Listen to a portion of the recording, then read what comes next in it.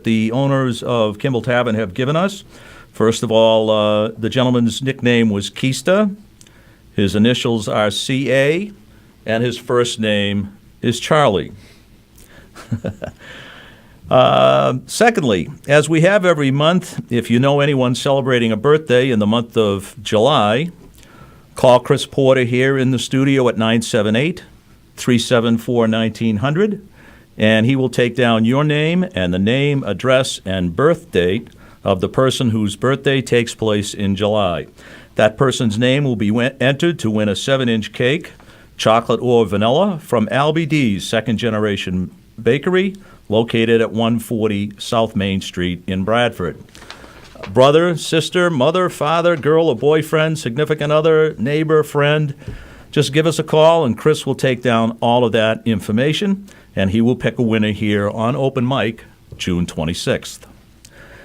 We're going to be talking about grilling tonight, but if you prefer to head indoors for a meal, we have a $25 gift certificate to the 99 restaurants and pubs.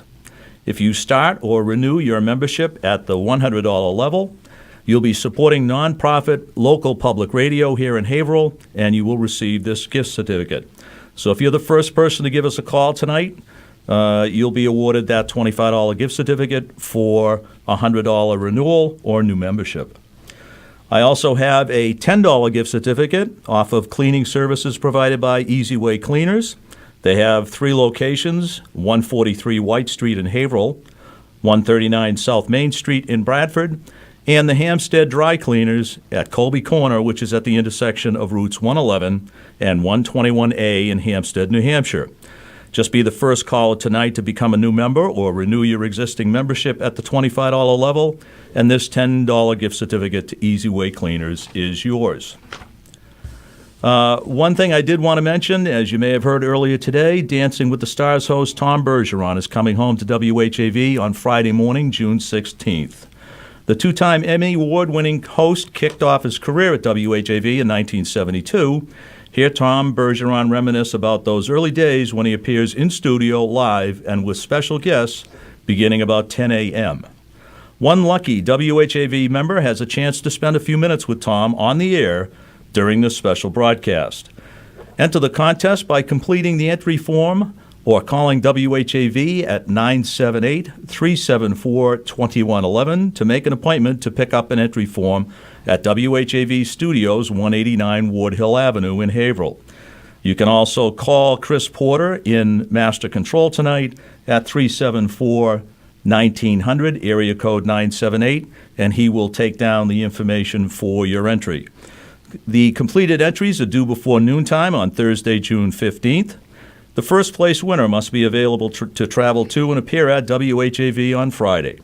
If unconfirmed when contacted, the award goes to the next ranked winner. No purchase is necessary, and for a list of all applicable rules, visit WHAV.net. So as I mentioned earlier, our first guest on tonight's program is Peter Carbone, the owner of Haverhill Beef at 117 Merrimack Street. I want to thank the folks at Jabberwocky Books at 50 Water Street in Newburyport for a generous donation they made today, the book entitled Master of the Grill from America's Test Kitchen. I'm going to be giving away a copy of this book tonight to the first caller who becomes a new member of WHAV or renews their membership at the $100 level. So you've actually got 2 opportunities. You can either get the $25 gift certificate to the 99 restaurants and pubs for a $100 donation or a renewal or new membership. And the same is true of Master of the Grill, the book that's been donated by Jabberwocky Books, 50 Water Street in Newburyport. So tonight, Peter and I are going to talk about grilling, one of my favorite things to do. When it comes to priorities, it's going to be 90 degrees all this week. The air conditioner went in today. All of the grilling instruments, the chairs, the tables, making sure the gas grill propane tank was full, that happened the middle of the last week. So grilling comes first, and relaxing in the air conditioning afterwards comes second. So first of all, I'm going to ask Peter a little bit about his background And how he got introduced to grilling, he told me when I spoke with him last week that all of this started back in Oklahoma, as I understand. Yeah, really in the late 80s, but yes. Uh-huh. So it's been 37 years. It has, and I was 18 years old when I moved to Tulsa, Oklahoma to go to college, and I ended up falling in love with my wife, probably 2 years into college, and I've been with her ever since. But she was from Oklahoma, and I guess being a young person, down in Oklahoma, when they would, Monica or friends or would say, want to come over to our house for a barbecue. And I'm like, sure, that'll be great and everything. And, me being from New England, our idea of a barbecue was a gas grill, well, maybe charcoal, but hamburgers and hot dogs. Or a hibachi. Remember the days of the hibachis? Yeah. Yeah. And, but down there, it was an entirely different production. Entirely different production. The smoker that I know that her Aunt Jean, we would go to her house. I mean, this thing was 10 feet long by 6 foot high with a trailer hitch on it. They invite, a regular barbecue to them is invite 50 to 70 people, and trust me, they can get enough food in that smoker for that. Oh, I'll bet. And it was all smoked ribs, smoked brisket, smoked pork butt. Really everything. Opened your eyes, didn't it? It really did, and I was astounded. I was like, oh my God, this is something, and I'd never really had food like that. Yeah, right. It just wasn't a New England food. Yeah. And, I fell in love immediately. And, within a year or two, it wasn't even 21, 22 at that point. I was experimenting and going to the local hardware store or whatever and buying a little $40 smoker, a little vertical smoker. Yeah. And I've been playing around and experimenting with it, and it's as much of an art as it is a science. They have tried to take the art out of it by introducing all these electric products. Yeah, we talked about that earlier today. It's amazing what they've done, and it's almost like I'm about to just go buy one, because I do have a little collection of grills in my yard that my wife she calls them an eyesore sometimes. But I've got a couple You remind me of grills. Bobby Flay in that way, because I've watched his programs on television, and he would have these barbecue, what would you call it, contests between himself and a guest, or he'd have two guests on, and they would barbecue. And he would walk out into his backyard, and there were kettles and My smokers backyard doesn't look like and that. gas grills and charcoal grills, and then he'd be mixing drinks. TV production. My God, that's a $200,000 backyard. I've seen some of the prices that this stuff runs. Oh yeah, and it's incredible. It is, and you don't trust me. You don't have to spend that money. The first smoker I ever got was one of those vertical smokers. It looks like a cylinder. They make them in gas, they make them charcoal, and they do make them in electric too. But it's just a little cylinder, stands about 4 feet high. I've owned 3 of them. Yeah. I mean, I've burnt through them. It's not heavy gauge steel. It's something you can easily pick up. Was there a fire involved in this? A big fire? Well, you just use those things up? enough, Honest to God, it's one, and you can still get them today. I don't care if you go to Home Depot, Walmart, they all sell them. I want $50, $60. And see, the thing that's great for a lot of individuals is if you live in a condo or you live in an apartment, a lot of times there are restrictions on whether you can charcoal cook out on a deck, whether you can use a gas grill or not. You can never use a gas grill in any of those type You're not places. supposed to. Yeah, You're not supposed to. Yeah. Wink, wink. Right. But an electric smoker would be perfect. Of course, what you have to do is you've got to invite all your neighbors over. Right. Because the smoke's going to rise up. They're going to smell it. But these electric smokers, they really do not let off. What some of them do is they have these little briquettes that you load. They're these condensed, whether it's hickory, mesquite, apple seed, or whatever. Yeah. And you load a tray, and it's an electric element that heats the little briquette. So you're not using chunks of wood and stuff like that. These are little fabricated briquettes that no bigger than a softball or even a golf ball. Those Yeah. little tiny Yeah, things. yeah. And when that one runs Almost out, like wood pellets. it automatically reloads another one, just like wood Yeah, pellets, yeah, yeah. just a little bit bigger. Yeah, sure. And they don't, my big horizontal smoker that I have, the whole neighborhood knows I'm smoking. And yeah. I'm throwing handfuls, chunks of hickory wood that I've soaked so they burn a lot longer. So they've been eating a lot of barbecue too, because obviously to get them on your side, you've got to have them And over. I do. I throw on extra pork butts, extra briskets, and I just walk over. People see me coming down the street with a big piece of tinfoil in my hand, and they're like, "Oh, he's got something in there." I See, hope now he stops at my what's house. perfect is if you're over here with the smoker, and then you got another neighbor who's got a garden, and he's got the tomatoes and the corn Right. and the beans That's a good match. and Yeah. the lettuce and all of Yeah. that. One guy comes over with the salad, you're there with the smoker. Somebody Exactly. else is Bringing the brewing beer Yeah, in his right, house. right, So he brings exactly. over his latest batch, Yeah. and next thing you know, you got a party. Yeah, so get to know your neighbors. The moral of that. But no, so I've played around and I've experimented, and I really didn't get into the food business until about 9 years ago. I did something totally different. I'd always been into food, all throughout college and beforehand. I worked restaurants for jobs. Oh, yeah. I mean, I did all of that, Yeah. so I know the food industry. Sure. I just never had really the guts to go for something myself. And then finally, when I was 38 years old, I finally kind of jumped and I said, maybe I was 36, 37, yeah, right around there. And I just said, I'm going to start. I wanted to work for myself. Yeah. I had an opportunity where I could work for myself. And I ended up, after about 2 years of looking for a business, I ended up buying Haverhill beef.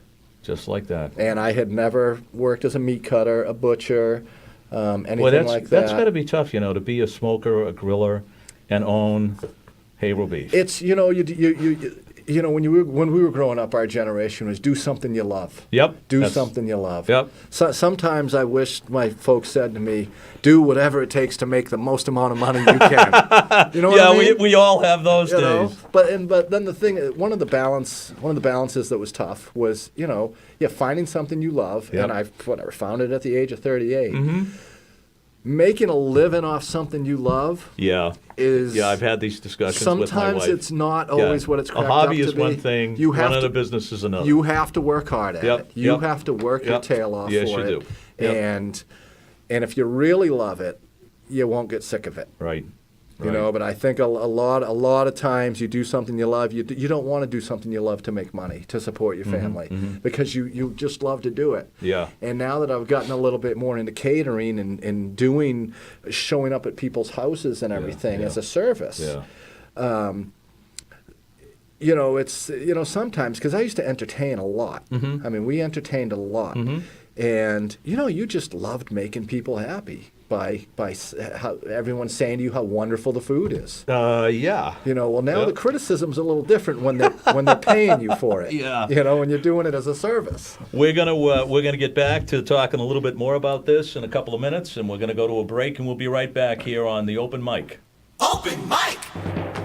Frank Komola and the Open Mic will be right back. Get in on the action. Call 978-374-1900. If you're enjoying this program, call and become a 97.9 WHAV FM member right now, or visit WHAV.net. Your membership helps keep vital community services on the air.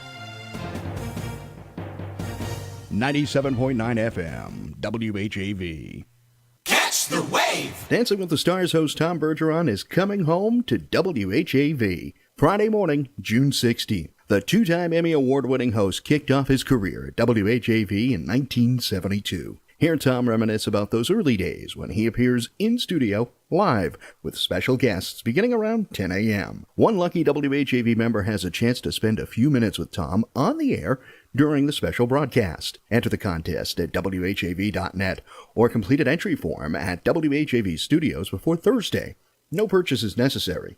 Hear Tom Bergeron live Friday morning right here on 97.9 FM WHAV. WHAV!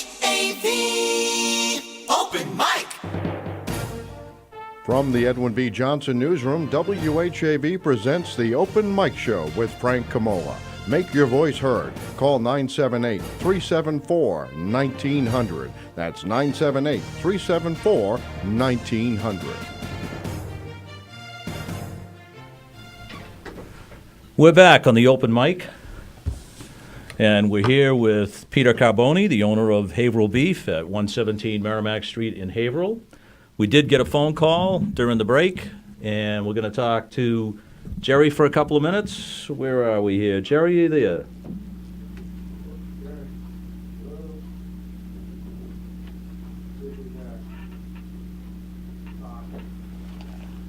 Jerry, are you there? Jerry? We lost Jerry. Well, knowing Jerry, I think you'll probably call back. That's my guess. Jerry is going to, I think, get one of the $25 gift certificates. I think, Chris, he said the 99? Is that the one he wanted? Oh, okay. Well, when he calls back, we'll talk with him maybe after the top of the hour. How's that? All right. So I guess the first thing I want to talk about now that we're back is we had spoken when I chatted with you last week about food handling, and I thought we could talk about the proper food handling, the use of cutting boards, utensils, knives, tongs, brushes, that end of things. And the question I had, too, is there's been a little bit of a debate about whether you do or you don't rinse chicken before you cook it. How do you feel about that? Depends on where you get it. Yeah. Know your source is kind of how I believe. It's interesting. Yeah. Yeah. I mean, I can tell you the way I can tell you what we do. The way I order chicken is I'm ordering chicken 3 or 4 times a week. So as opposed to, let's say I buy 60 boxes of chicken over the course of a week. Well, even though I could probably pay a cheaper price if I bought it all at once, Yep. I don't, because I always want the freshest chicken Absolutely. with the best coded date, the best Yep. dates on Yep. my boxes. Sure. Well, if I order it multiple times throughout the week, I'm getting the newest stuff that's getting cycled in and out of New England Right. all the time. Right. If you open a package of chicken and it is slimy, okay, which Yeah. some people might think is normal, Right. it's not. Wash it, rinse it. I just know all the chicken that we get. It's not slimy. Not Right. when it's Right. Raw. Right. After it's marinated or whatever, you're going to have marinade on it. But I don't rinse the chicken, And if you're worried about bacteria and things like that with chicken salmonella, it's all internal in the chicken. It's not an external thing as it would be for steak or really? beef products. Yeah. Because beef products is going to be processed. And as simple as if I take a ribeye and I take my knife and I cut through it, okay, well, I just processed that beef. So my knife, I just put a foreign object into that chicken, and you're introducing microorganisms and things like that. Wow. So with steak, you always hear people say, as long as you sear the heck out of the outside of it, it's okay to eat. I don't want to say undercooked, but at 120 degrees, 125 degrees. Chicken, the salmonella, which is what chicken is kind of known for. Right. If it's going to have salmonella or a very high content of it, it's going to be internal. Rinsing the chicken is not going to rinse off any salmonella that might be on it. Yeah. It's going to be within the chicken. Yeah. Which chicken has, bacteria in it naturally, Sure. as do humans. Absolutely. We have our stomachs, our intestines. We have a portion of, multiple different bacteria that live within us. So we just don't want the content to be too high. Right. So basically, with chicken, it's all about cooking it. It's really all about thoroughly. cooking it. Yeah. And if you're real worried about that stuff, you should be somebody that cooks with a thermometer. Whether you're a novice or you're just OCD about that type of information, you should just use a thermometer. Have a nice thermometer. Buy a $10 thermometer. Yeah. And know your temperatures. Know what's Right. the acceptable range for chicken, the acceptable range for pork, and pork changed 2 years ago. The USDA actually lowered because pigs are raised so different Yeah. now than they Years were ago 40 it was years ago. cook it till it turns into shoe leather. Right. Yep. Right. Yeah, that's not And the case It's anymore. not the case anymore. It was Yeah, a and 10-degree shift in Yeah. where Wow. they said was acceptable. And the thing is, too, when you get a decent thermometer, particularly the digitals, a lot of times the proper cooking temperatures to deal with any bacteria that you might have, and also the level of doneness that Doneness, you yeah. want on a steak is right on there as It's well. on the thermometer. Right, exactly. It's gone so far, as you want to talk about the science of it, it's gone so far as that there are thermometers you can sync with your phone. And You were telling me about and this your the other phone day. can tell you what temperature you're at. You'd leave the thermometer right in the piece of meat, Yeah. the roast or whatever. Yeah. Smokers are designed that way now, where you can go to the store and monitor the temperature on your smoker. I'm not so sure. I mean, that takes a lot of. I mean, that's almost to me the difference between making your own beer at home and going to the store and buying it. Right. I mean, you basically eliminated half of the process that a lot of us enjoy. I mean, there's a Right. certain level of satisfaction that comes with doing it the hard way. Well, you get those. That's why we're not engineers. You get those engineer types, right? Yeah. They want everything to a T, spot Yes, on. exactly. And I've got a few friends that are like that, and we goof on each other all the time. Let's see. Another question I had for you about meats in general.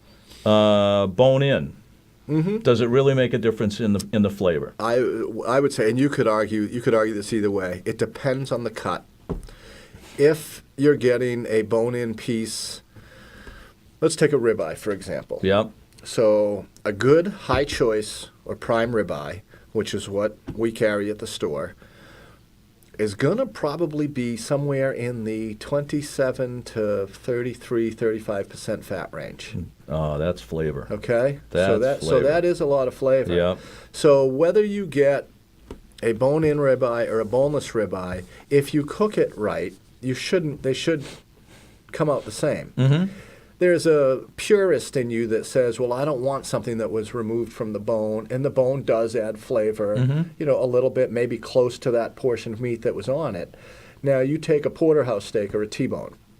So let's just take the porterhouse. So the porterhouse has at least an inch diameter, inch and a half diameter worth of beef tenderloin, a.k.a. filet mignon, Yep. on one side. That's right. And then it has the New York strip, a.k.a. club sirloin, we Right. call it in our store, Right. on the other side, the Yep. sirloin strip. Yep.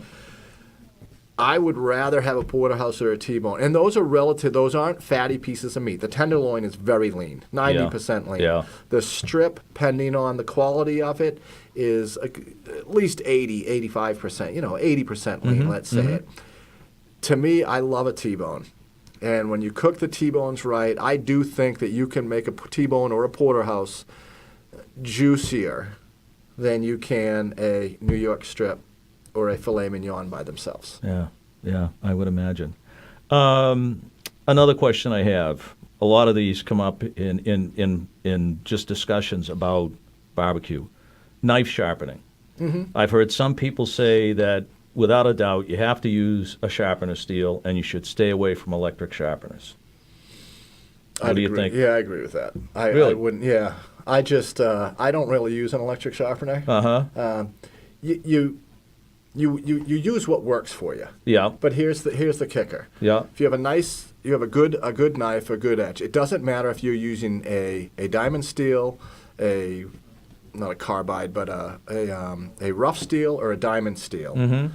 A diamond steel is to finish. The rough steel is to sharpen or create an edge. Yep. Or a black sharpening stone, Yep. which is used to create an edge. Yep.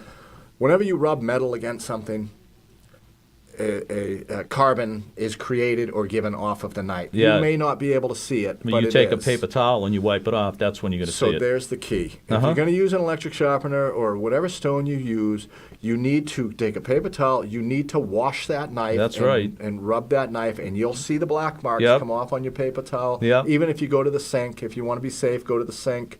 You don't want to put your fingers on the edge of the knife. Mm-hmm. Just wash it off. because you don't want to introduce any of that stuff into your product that you Not cook. me. and you know what? Dull knives, a lot of people say, oh, it doesn't matter and everything. Oh, my God. Dull knives cause more accidents and cuts than sharp knives. Wow. It's not a sharp knife that's going to cause you to cut yourself. And I always test them on a tomato. It's If a- you can it's a get through a dull tomato, the thing is in pretty good shape. Yeah, and the way you take a dull knife, never, of course, run your finger across. You never run with the blade. But you can take your finger and run it across, perpendicular Yep. to the blade, Yep. and you can feel the difference between a dull knife Oh, and a yes, sharp you can. knife. Yes, you It'll can. even make a little sound, a little Wow. ping sound. All right, we're going to take a break now for the news at the top of the hour, and we'll be back after the Open break. mic. Frank Komola and the Open Mic will be right back. Get in on the action. Call 978-374-1900. If you're enjoying this program, call and become a 97.9 WHAV FM member right now, or visit WHAV.net. Your membership helps keep vital community services on the air. It's 7:01. WHAV LP Haverhill.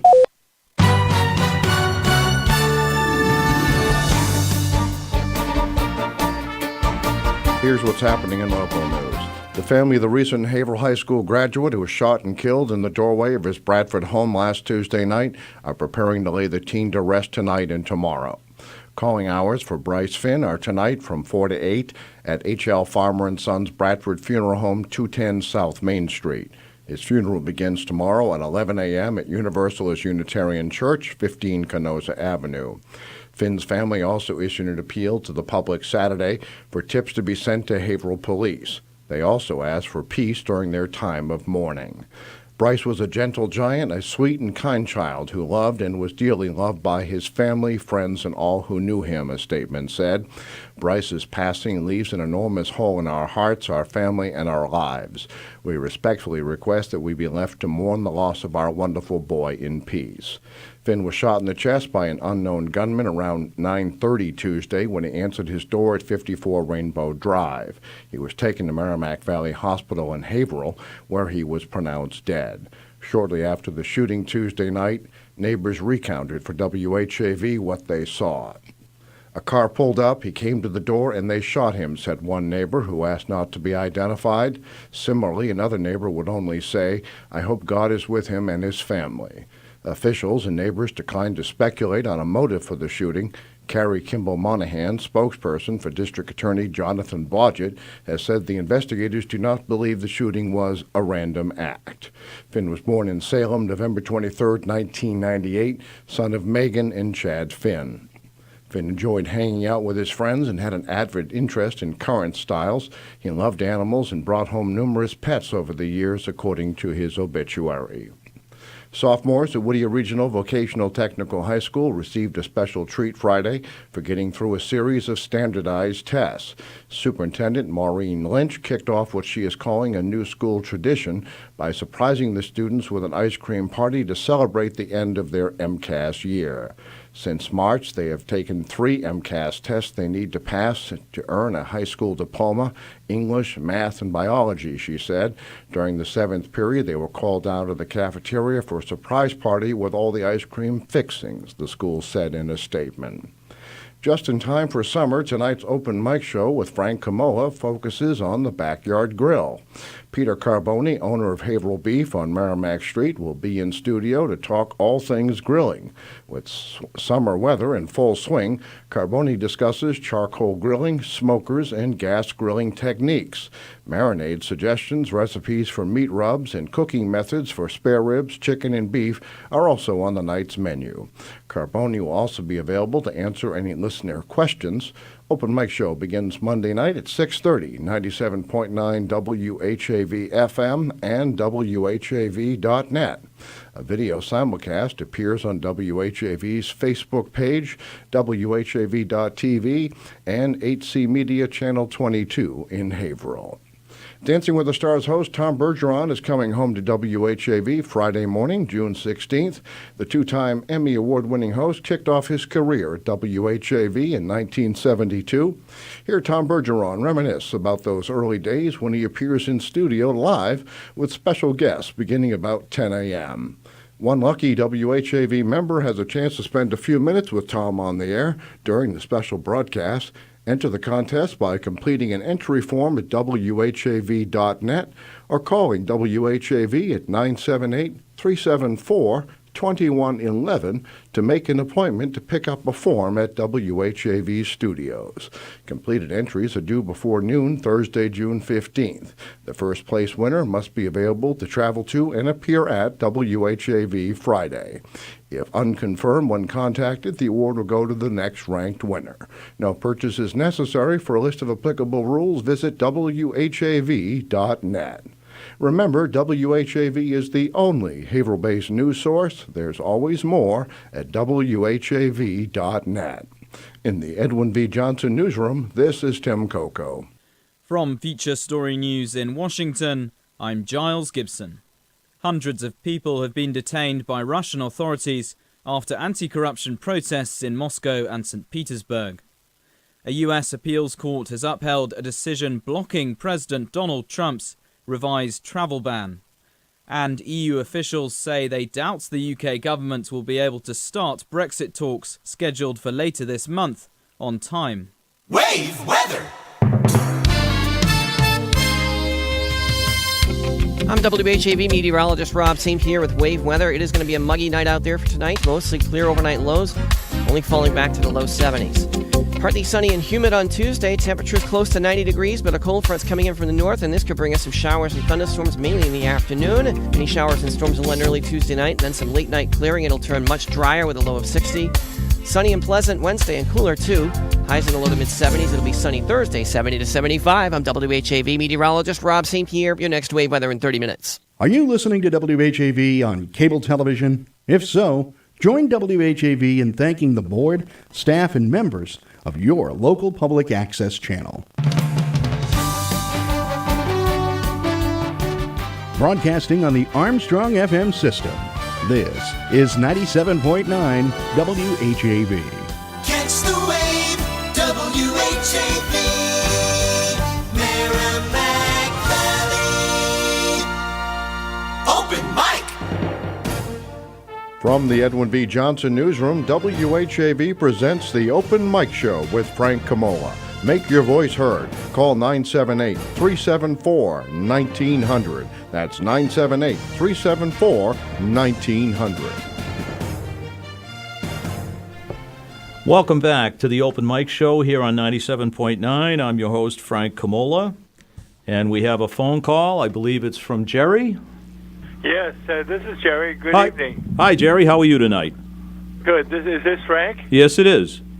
Frank, I just wanted one thing. It's hard to talk and really say anything after such a terrible tragedy happened, and I can feel the parents' pain because we lost our son last year too. I'm sorry to hear that. But anyway, getting into the subject tonight, many times when we're in Haverhill, we go over to Mr. Carbone's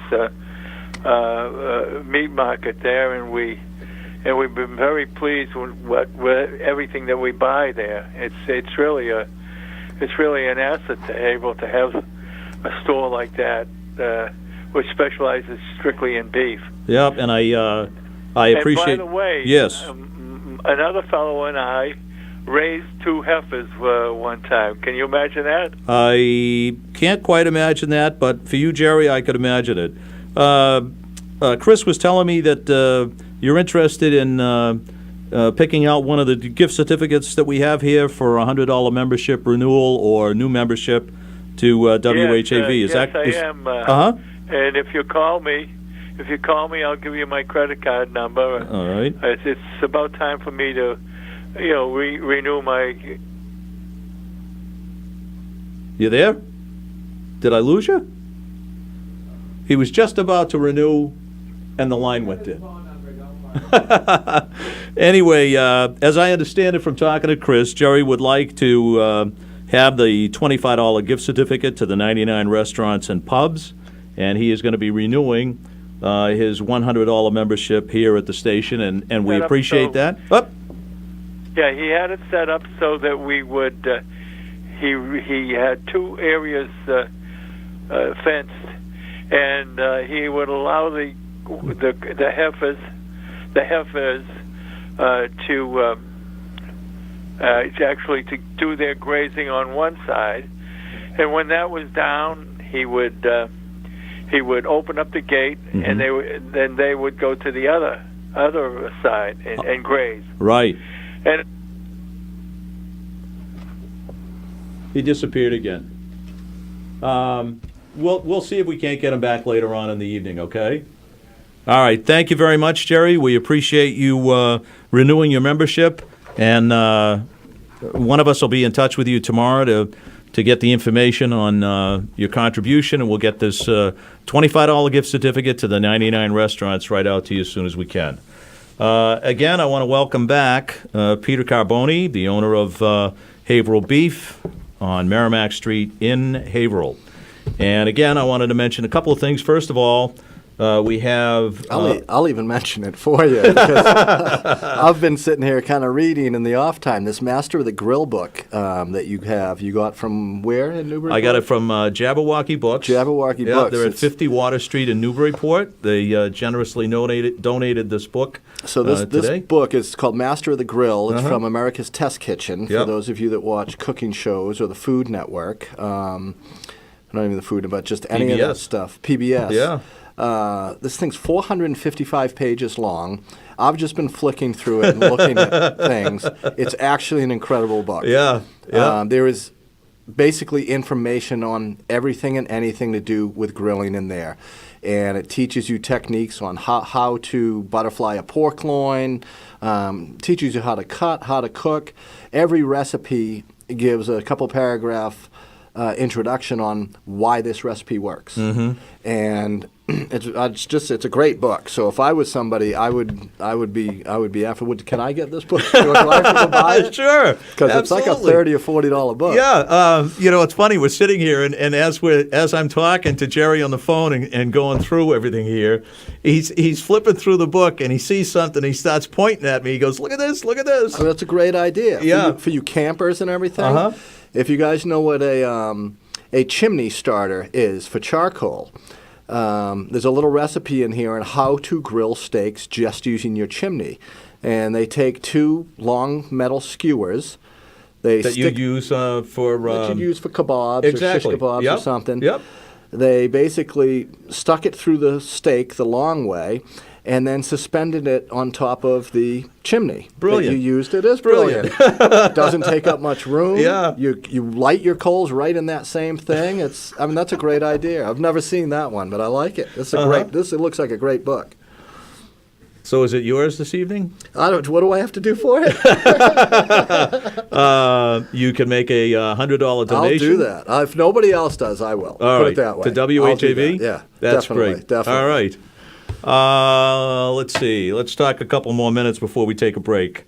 Meat preparation. We talked about this earlier today as well, how you can literally screw up a good steak by throwing it on the fire too soon.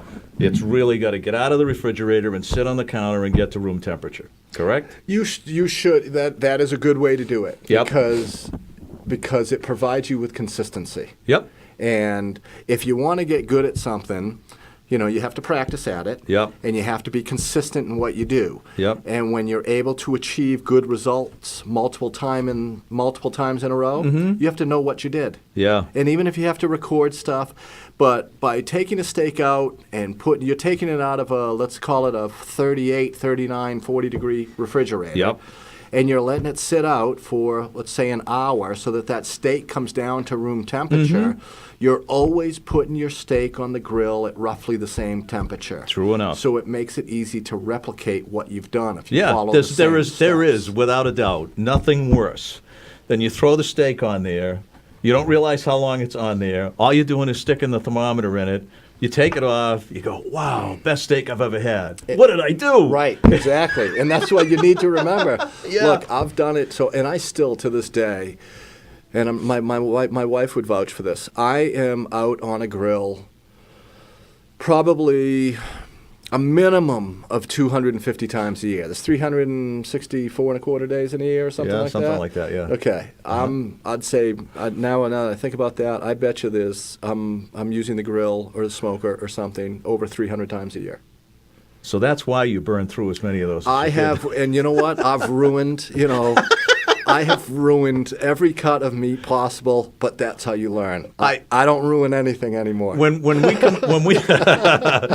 come back from this break, I've got to tell you a very interesting story. We touched on hibachis earlier tonight. Yeah. This is a great story. We'll be right back after this break. Sounds great. Open mic.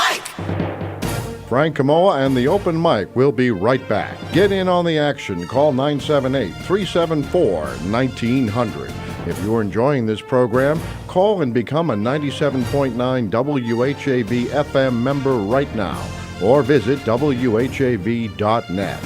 Your membership helps keep vital community services on the air. Broadcasting on the Armstrong FM system. This is 97.9 FM WHAV. Catch the wave. Suspense, a weekly anthology of notable melodramas from stage and screen, fiction and radio, presented every Monday night to bring you to the edge of your chair, to keep you in suspense. Listen to the new Suspense with a company of Hollywood actors and surprising guest stars, Monday nights at 10, with encore performances at 1 a.m., right here on WHAV. Remember, only local radio can bring you this feature opportunity, but only WHAV does. Community Spotlight. Haverhill seniors and Americans with Disability Act eligible residents can obtain transportation from Monday appointments to Leahy Clinic in Peabody, as well as several Boston hospitals. The cost is $8 one way or $16 round trip. Companions may accompany individuals for $4 one way or $8 round trip. For more information or to schedule a ride, contact the Merrimack Valley Regional Transit Authority at 978-469-6878, option 3, or Haverhill Council on Aging at 978-374-2390, extensions 11 or 16. Someone you know is on WHAV. To submit or read your own nonprofit announcements, click on the Contact tab at WHAV.net or email news@WHAV.net. In the Edwin V. Johnson Newsroom, this is Diane Carr. WHAV. Open mic. From the Edwin V. Johnson Newsroom, WHAV presents the Open Mic Show with Frank Komola. Make your voice heard. Call 978-374-1900. That's 978-374-1900.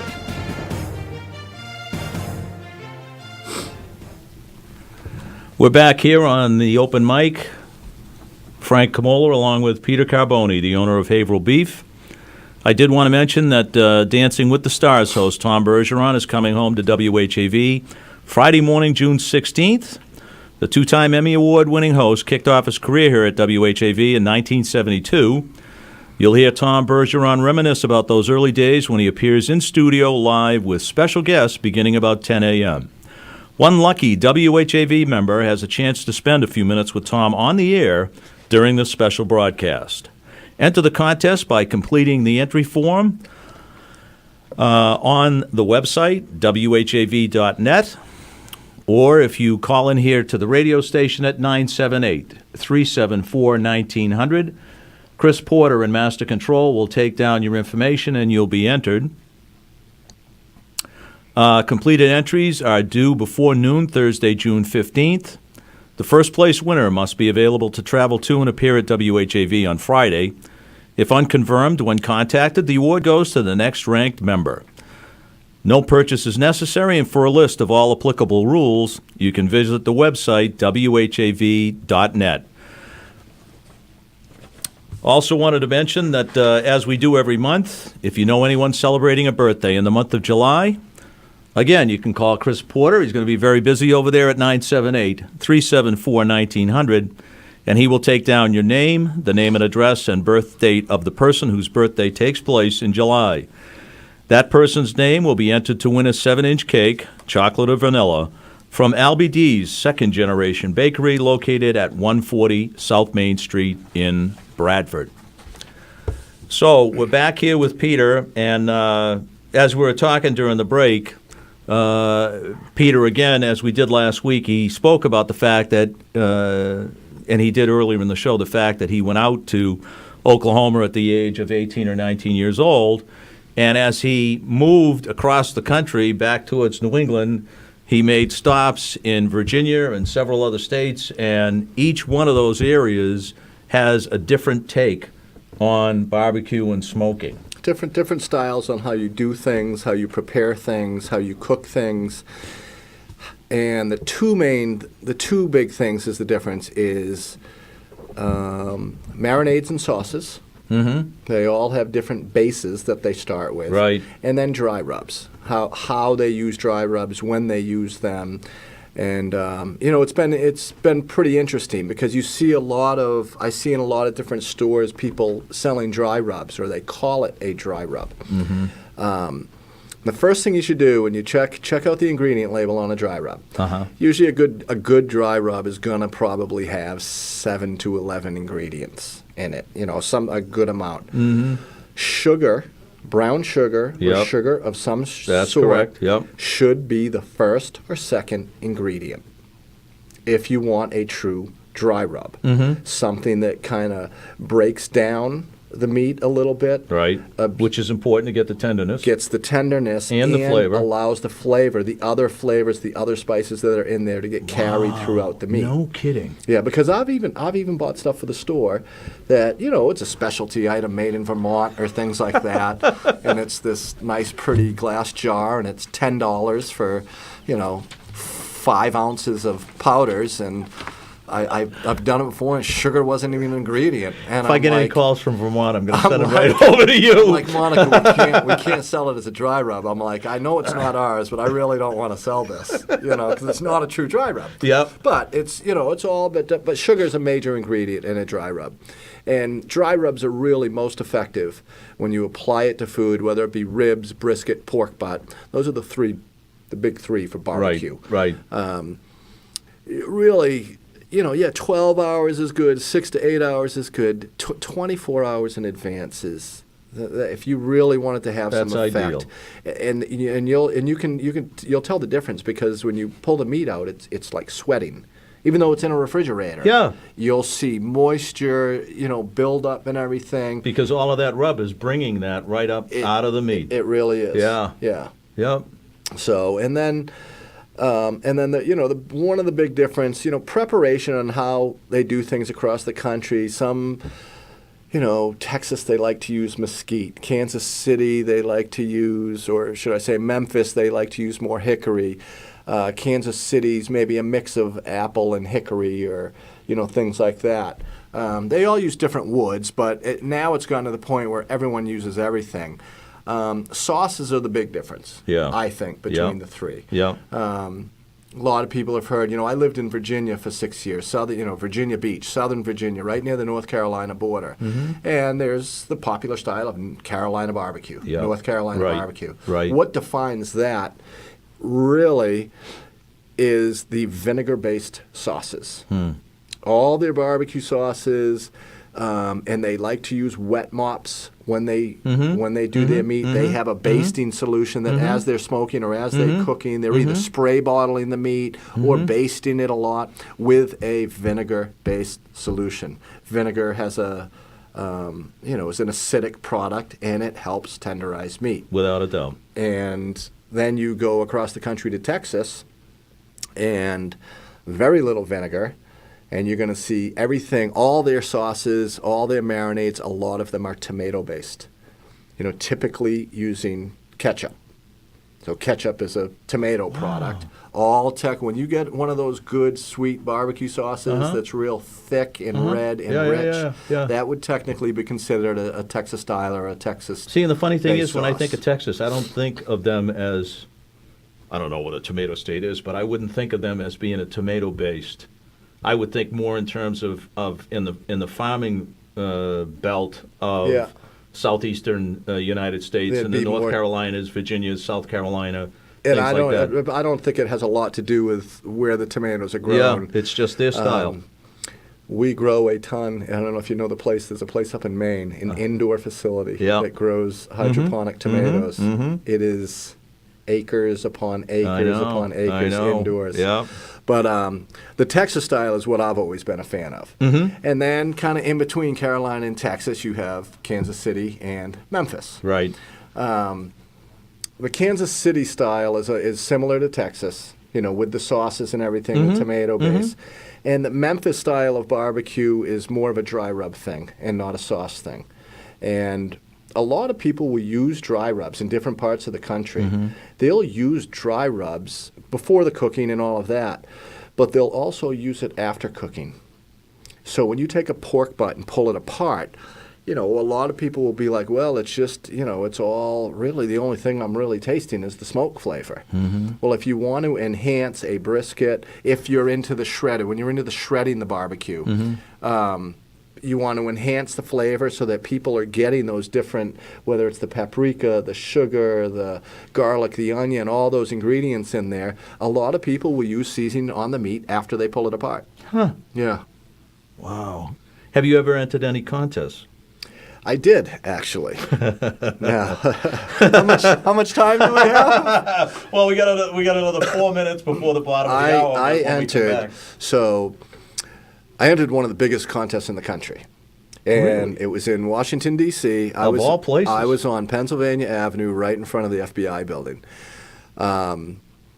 What a strange place to have something like that. I would never think. Huge super, and this was huge. This was 100 and something thousand people showed up for this thing. Get out. There were 52 contestants. All the big wig barbecue circuit people were at this. When was this? How long ago? When I entered, this was in somewhere between 2002 and 2004. Safeway was the huge supermarket chain. What a brilliant move! And they move. sponsored this thing. Yeah. They were flying in judges from everywhere. And when I called, I submitted something, sent in a letter, and I got a phone call from the people, and they're like, "We would love to have you. We want to have new." A lot of people are intimidated by these things. Sure. I had no idea about it. I had a buddy from Boston that flew in. I picked him up at the airport. And we showed up at this thing, and we were blown away. There were stages. There were 3 different stages for all the big bands that were playing there. Yeah. Back then, it was Joan Jett. It was national bands. And so I had fold-out tables, and you know that little vertical smoker I was telling you about? Yeah. I had 2 of those because I had to enter. I entered, and the main reason I did it is because I make a barbecue sauce. It's a recipe that my wife's Aunt Jean gave to me. I wasn't the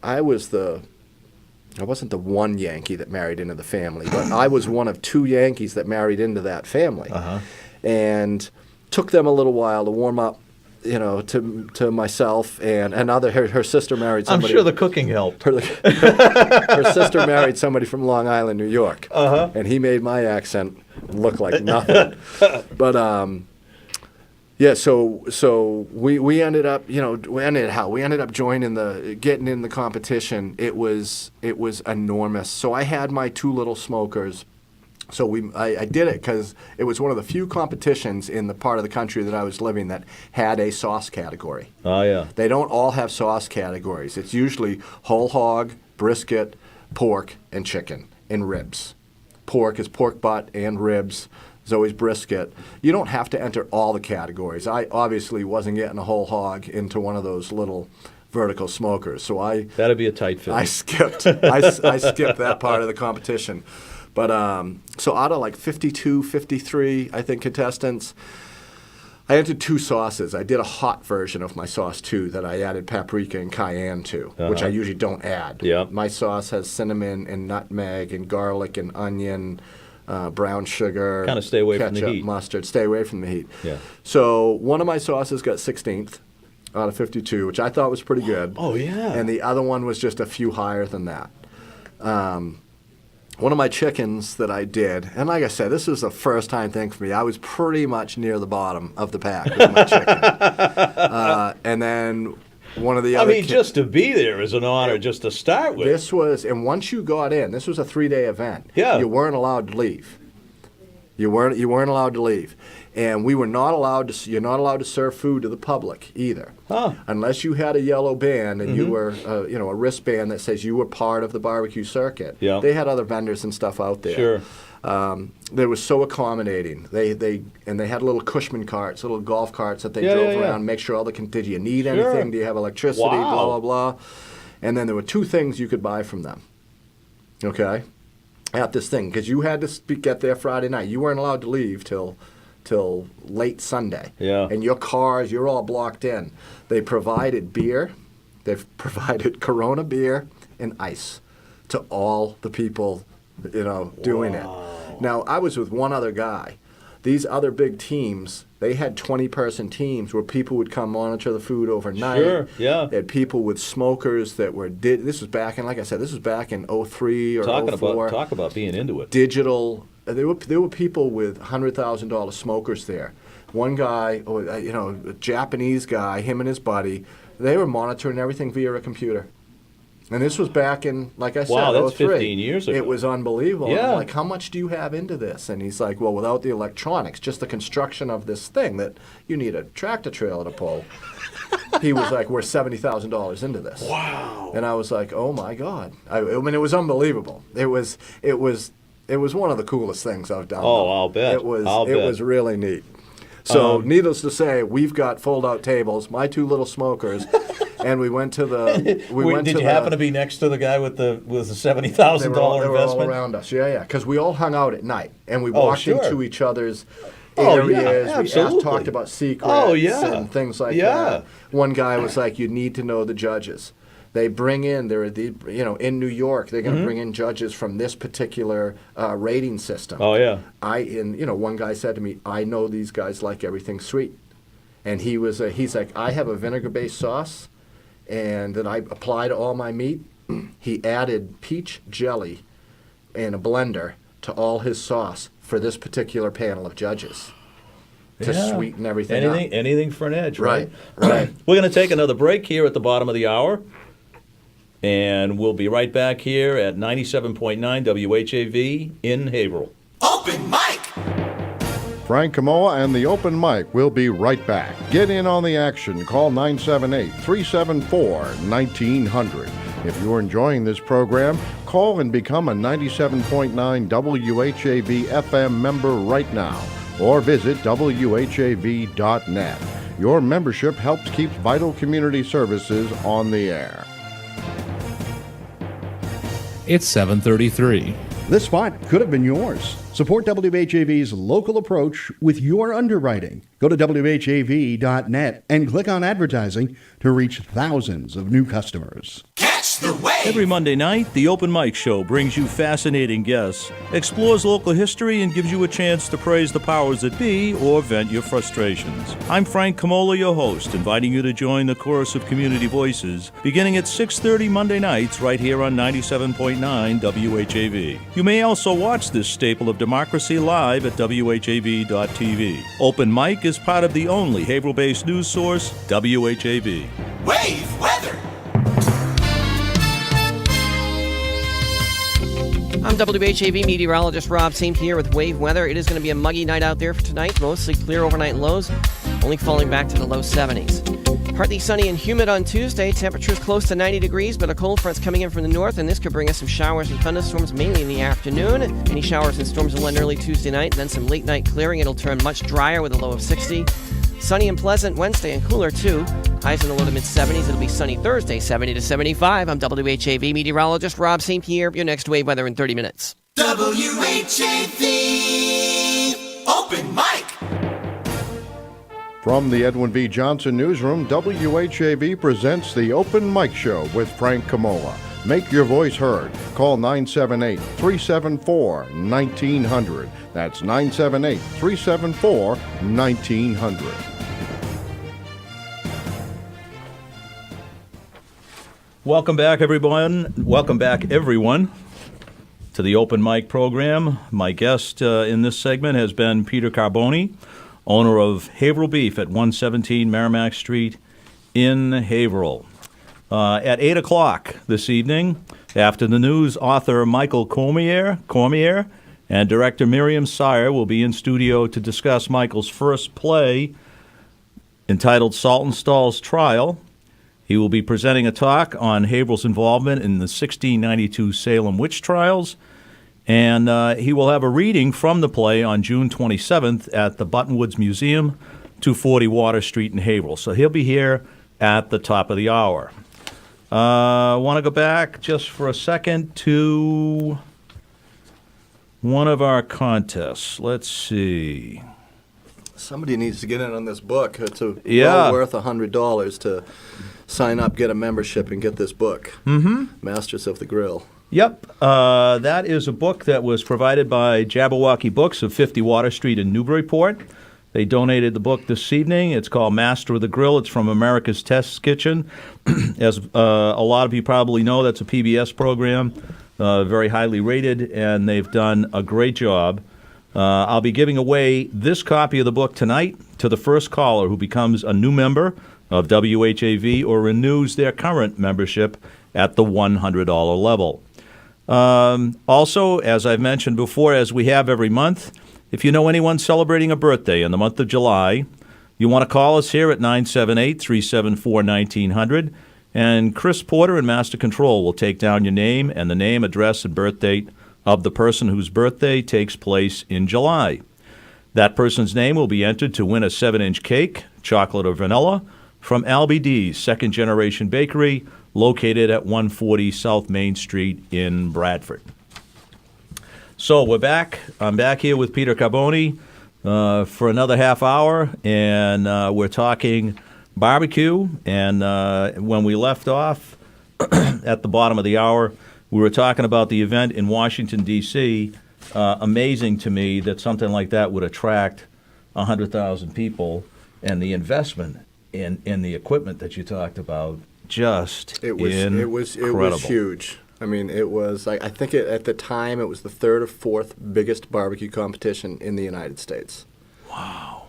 It was, and like I said, it was a sea of people. And then after the event, I had heard before the event they were expecting over 100,000 people to attend, and I couldn't really even fathom that. But then when I was there, it was, Pennsylvania Ave was shut down. And it went now, on. Is this an event that they still carry on every year? Do you know? I don't know. The name of the event was Nation's Best Barbecue. And like I said, I remember Safeway was the big sponsor. That was the big supermarket chain down there. That was the market basket of up here, so to speak. Yeah, really. It was a long weekend though. It was. You do need to have when you're going to enter something that big. You do need to have 5 or 10 people. You need to have teams so that people can take breaks. Sure. It's you must have been wiped out by the time that was just the two of you for the whole weekend. And there was one point it was like, okay, we entered this. The only thing left on Sunday was the whole hog competition. That was the last thing they judged. Yeah. And of course they had to do it on Sunday. So you basically sampled on Sunday. Yeah. Yeah. But we couldn't, we were like, you know what, we're all done. We're not entering the whole hog. Let's get out of here before everybody else. Nope. Not going to happen. We were fenced in and I mean, hanging out with all those barbecue people at night too, till 2, 3 in the morning. Mm-hmm. We didn't bring a camper or any place to sleep or anything like that. Oh, nice. We were just in. That's called roughing it. We were just in chairs and like I said, all that beer and ice they kept bringing to us on the golf cart didn't help either. So well, one of the things we talked about also earlier in the week was gas versus charcoal versus kettle cookers versus smokers. And so I want to talk a little bit about your preferences. And I also want, before the show is over this evening, is to talk about some what you consider to be common backyard barbecuing mistakes that people make. And one of the things that I'll bring up in that regard is the importance of people when they, particularly with a steak, and I haven't had that much experience with other cuts of meat, but with a steak, when you take that steak off the grill, you want to make sure that you let that sit on the plate for a little while. I know it sounds crazy when you hear it on TV. Oh, the flavors, what difference does it make if I let it sit there? But it really does make a difference. It really does make a difference. The second you pierce it with a fork, big grilling mistake, there shouldn't be a fork near your grill. Mm-hmm. Use tongs. Yep. You don't want to pierce the meat. The first thing and that's even after you take it off the grill. Yeah. The problem with that is all those juices, whether it's from the fat or the meat itself, the second you pierce it, the second you cut it, they're all running out. Mm-hmm. Now, when you give it a little bit of time to settle, those juices spread around inside the meat, mm-hmm. and when you go to cut it, if you let it sit and let the temperature come down a little bit, Yep. the juices stay in the meat. Mm-hmm. You'll notice it's not like it automatically, once you cut it or pierce it, they just run out. If you let it rest and let the temperature come down, Mm-hmm. the juices stay in the meat.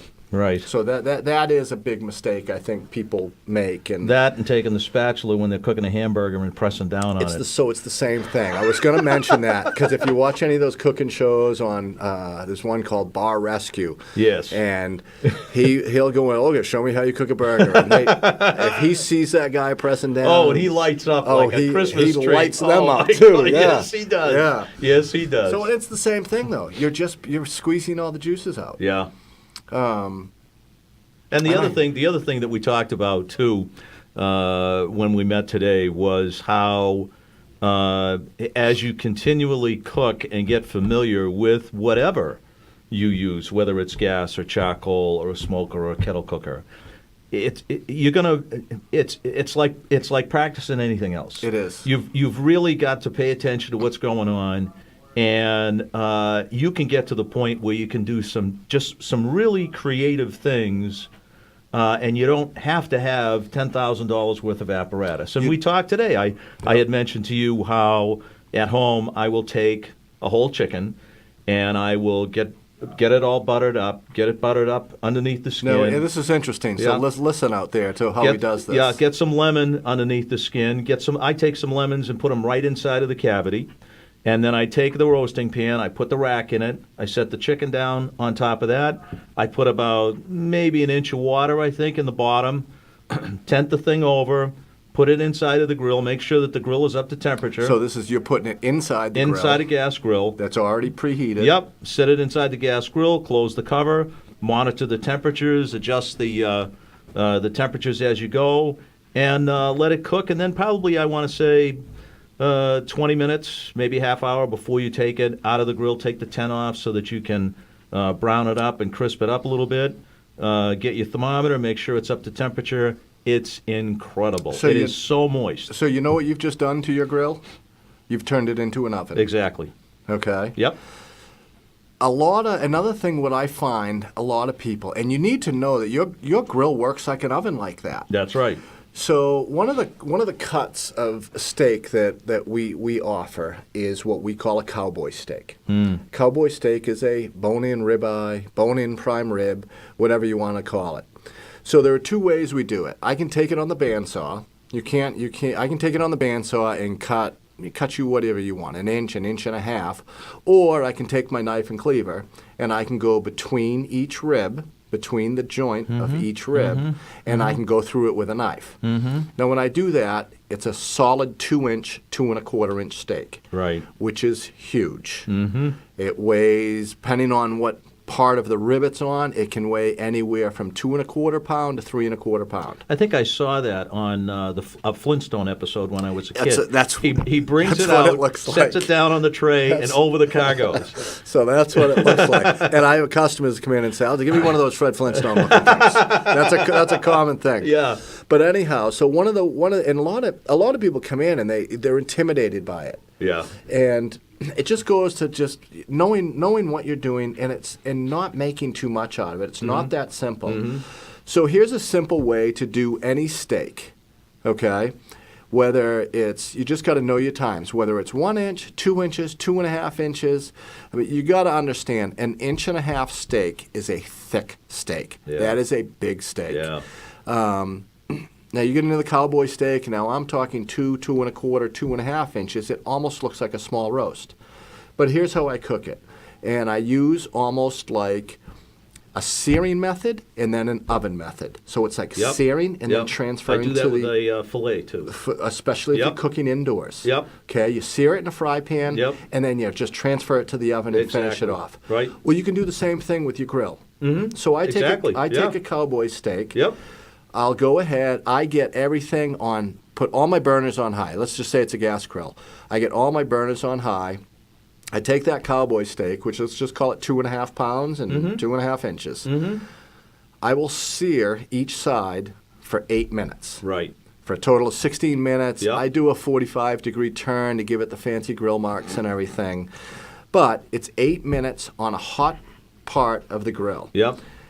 After I have both sides seared and blackened, I take the steak, I move it to my upper rack of my grill. Yep. I take all the burners, I turn them to low, and then I shut the lid, and I go for 20 minutes. Yep. So 36 minutes total cooking time. And essentially, you've achieved the same thing in the kitchen as searing something in a pan and finishing it off in the oven. Exactly. Now, I also know with my grill, because I play around, even when I'm done cooking something, especially when I'm getting to know a new grill I buy, because I buy one I have a fetish with grills. I buy one every few years.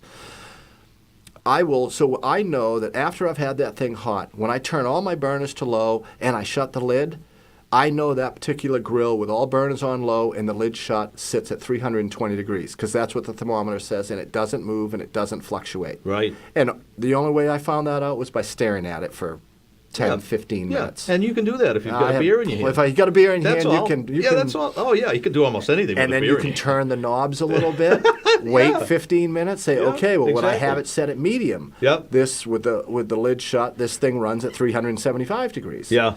So you get to know that. And sometimes it makes, if you know those things and you practice doing those things, it makes larger cuts of meat less intimidating. And to be honest with you, I think larger, thicker cuts of meat are easier to cook than thin cuts. There's much more room for error. That's about what I was going to say. On a thick cut of meat, and there's not a lot of room for error on a thin cut. It's either just right or it's a piece of leather. Right. Very easy to go from one extreme to the other. Right. You got room to play with. Finding medium rare on a thin cut of meat, you got to be good. Yeah. You have to know what you're doing and timing it, know your heat source. So basically, if you're an amateur, you want to start thick and work your way down, which is the exact opposite of what you would expect. You walk into the store, you go, oh, there's no way I can cook something that big. But in fact, you're better off, and you've got more room for error, like we've said, you do. With a thick cut than you do. And if you want to, kind of master a technique or say, gee, I can do this, then work your way down. But there's nothing worse than having a really nice steak and getting it ruined. And I did it for years. I've been there and done it. I mean, we all have. Everyone's done it. Yeah, just 2 weeks ago, I was out there with the gas grill. I had the temperature too high. I wasn't paying attention. Yeah. The fillet just went right through the roof. Yeah. It was. And you have to time is critical. One thing I learned, you have to be willing to time stuff. And remember, write it down. Keep a little log. Without a doubt. And write things down. Because when you hit it and you get it right, and then you can repeat. You can get there every time? Yeah. Oh, it's fantastic. We're going to take another break, and we'll be right back here at WHAV 97.9. Open mic! Frank Komola and the Open Mic will be right back. Get in on the action. Call 978-374-1900. If you're enjoying this program, call and become a 97.9 WHAV FM member right now, or visit WHAV.net. Your membership helps keep vital community services on the air. Your membership enables WHAV to remain local and independent. Consider joining at WHAV.net. Get Catch the wave. Dancing with the Stars host Tom Bergeron is coming home to WHAV Friday morning, June 16th. The two-time Emmy Award-winning host kicked off his career at WHAV in 1972. Hear Tom reminisce about those early days when he appears in studio live with special guests beginning around 10 a.m. One lucky WHAV member has a chance to spend a few minutes with Tom on the air during the special broadcast. Enter the contest at WHAV.net or complete an entry form at WHAV Studios before Thursday. No purchase is necessary. Hear Tom Bergeron live Friday morning right here on 97.9 FM WHAV.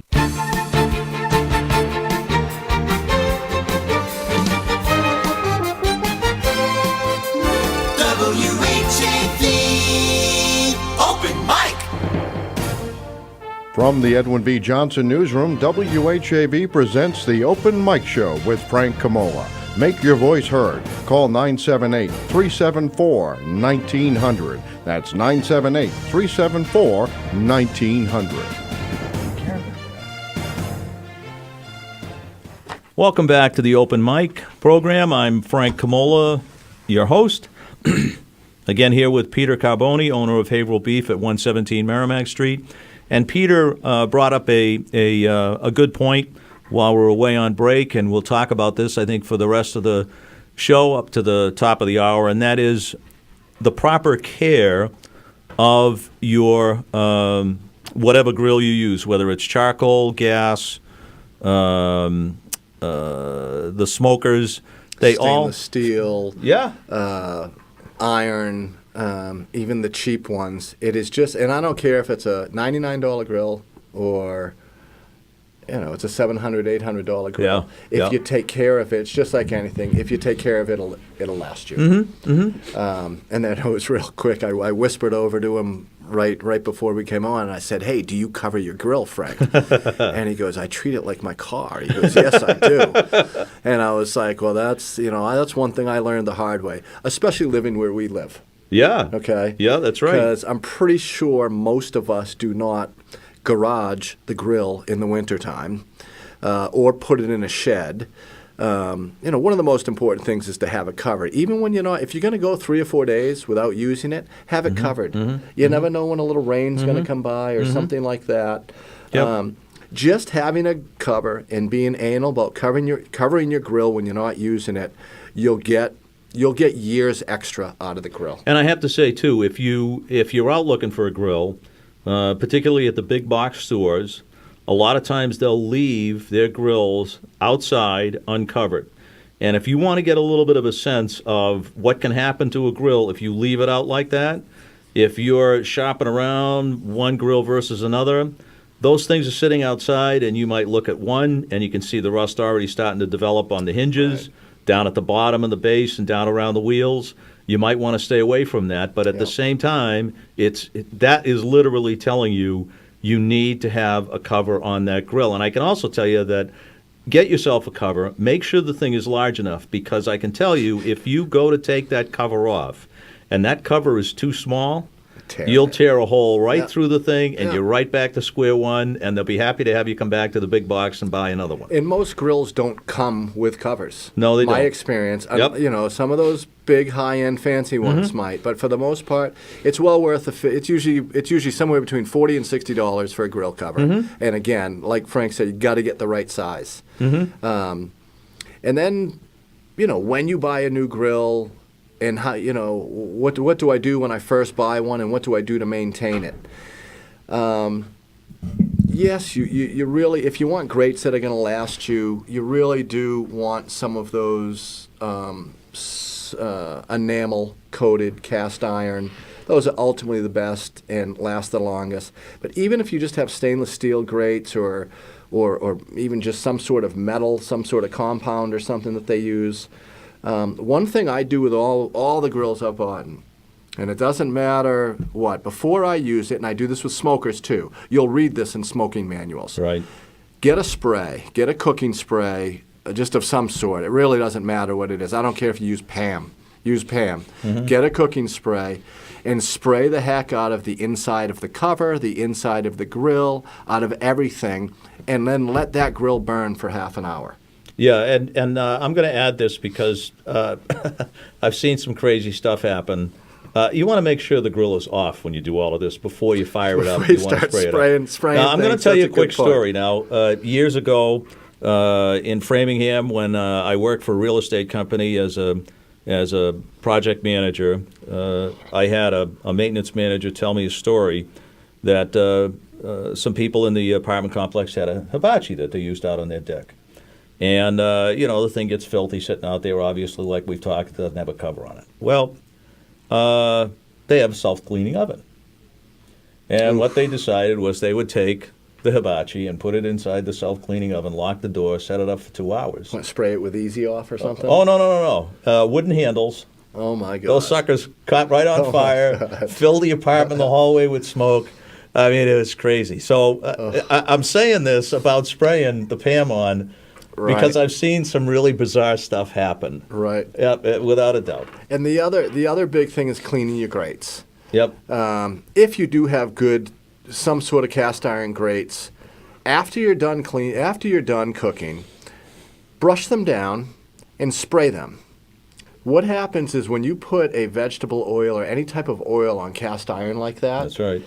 It's just like the old cast iron skillets. The way you would season those things was rub them down 360 degrees around in oil and stick them in a 300-degree oven for 1 hour on each side.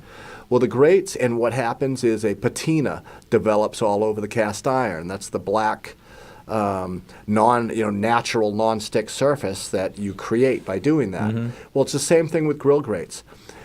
Scrub the grates down when you're done. And then, this is when the grill is off, and then spray them down. Yeah. Leave them coated with just a little bit of oil of some sort, and it'll last you longer.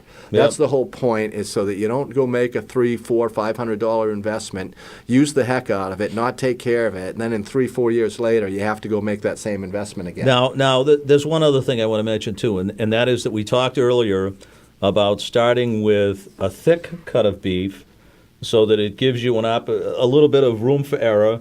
If you're going to do a thin steak, you got to be a master. You might think when you walk in to buy that piece of meat, I'm going to stay away from that thick cut, I'm going to wreck it. When in fact, you've got a better chance of having it come out right.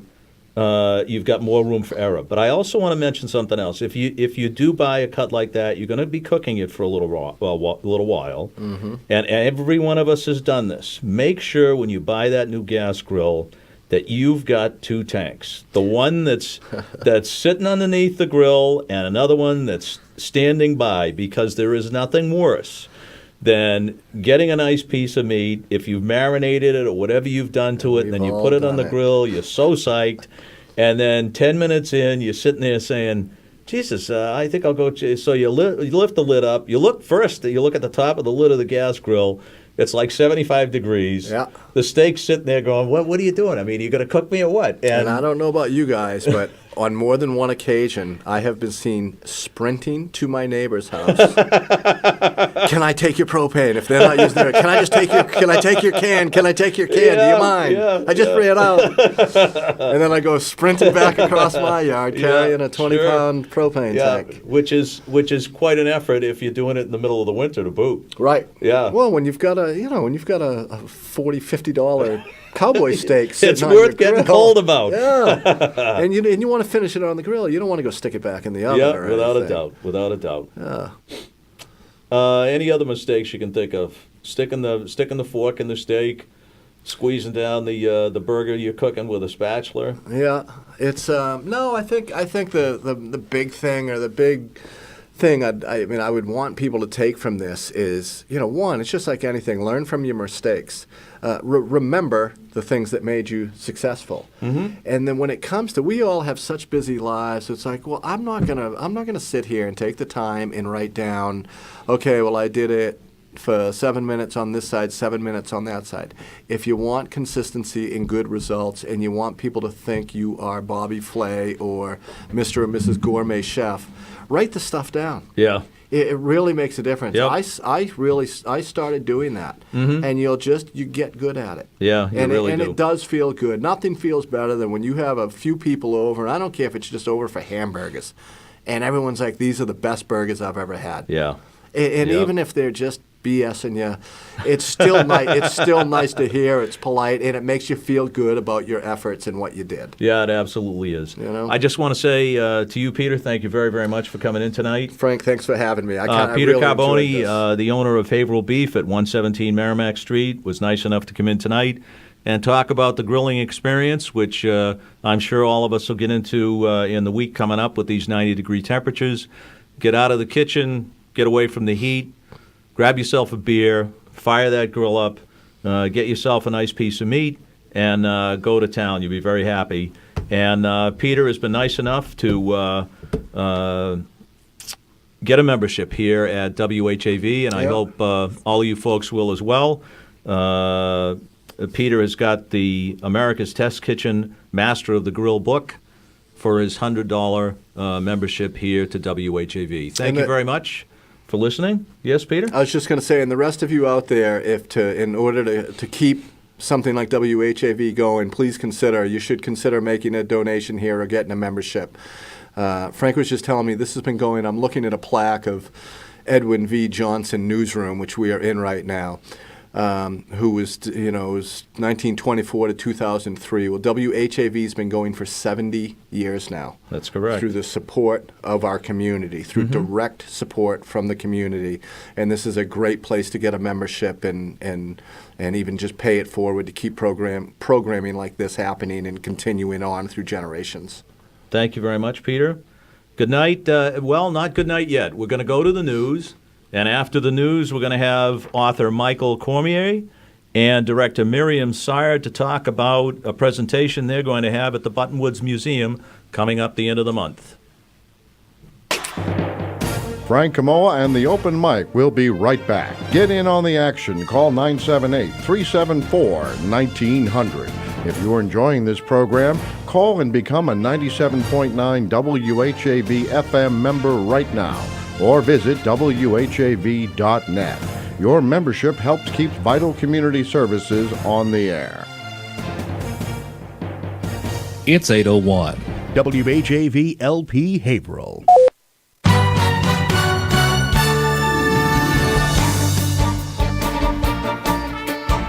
Here's what's happening in local news.